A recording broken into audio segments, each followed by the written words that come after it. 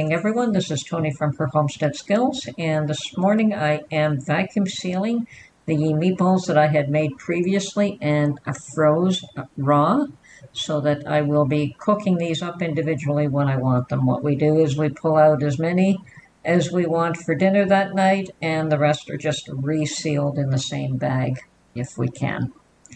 Anyway, I will be following this up with a chili cook and can, and then canning up all that chicken stock that we made up in the last 2 days as well.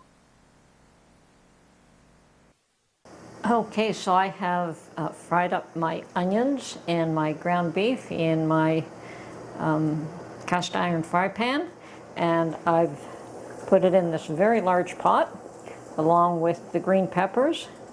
So green peppers, onions, 3 pounds of minced beef, and so far 3 jars of tomato puree. And yes, the beans are still a bit on the firm side.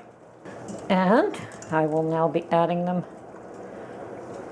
to the chili to complete the process. Now I've added a bit of salt, but no spices yet. I'm going to wait till Mark comes home and have him add the spices for me. So it'll just simmer now. And you can actually use whatever recipe for chili you want. This looks great. Now I'm going to let this cook for about half an hour, 40 minutes. And then we'll I'll take it off the stove so that wait for Mark to come home and put some spices in there, and then we will can this up.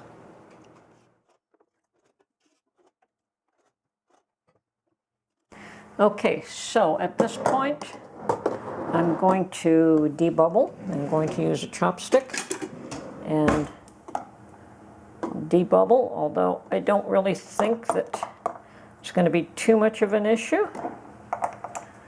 Okay, I've got everything ready. I've got my canner on the stove here with 3 quarts of water because that is what my canner takes.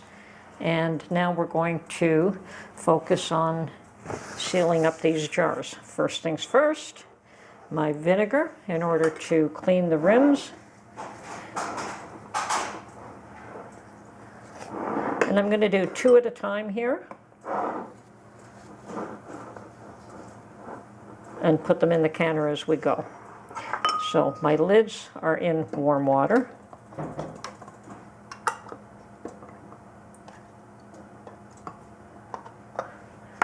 And my rings are ready.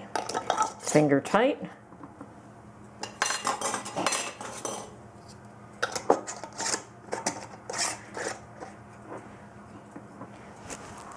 And into the canner. Now I've got a dozen jars here. The canner will take 9 at the one level, and the rest have to go up on a second level. So let's proceed here to the next 2.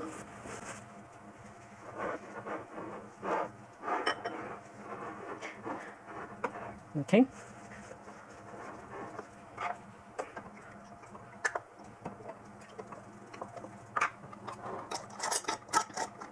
Finger tight. And into the canner.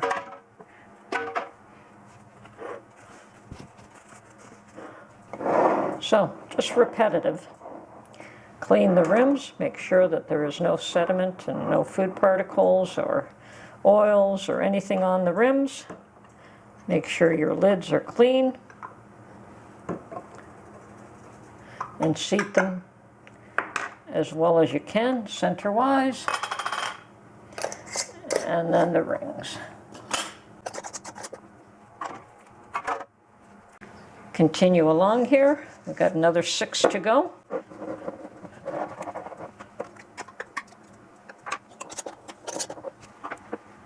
And I can fit one more on there. Now always have heat. Okay, I have a rack at the bottom, and I have a couple of options, but I'm using at this point just a cake tray, I guess. That works. And if you don't have another rack, Believe it or not, a face cloth, a heavy face cloth will do the job just as. All you want to do is make sure that you separate the layers of jars. Okay. And yes, my mother used to use towels at the bottom of the pots because they didn't have racks for the very large pots that she used to use. And it works quite well.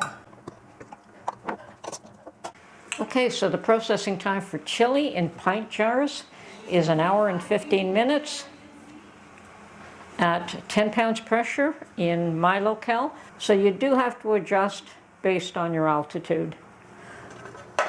And once again, you do not start counting your 1 hour and 15 minutes until you have vented for a full 10 minutes, so that's when steam comes out of this for a full 10 minutes.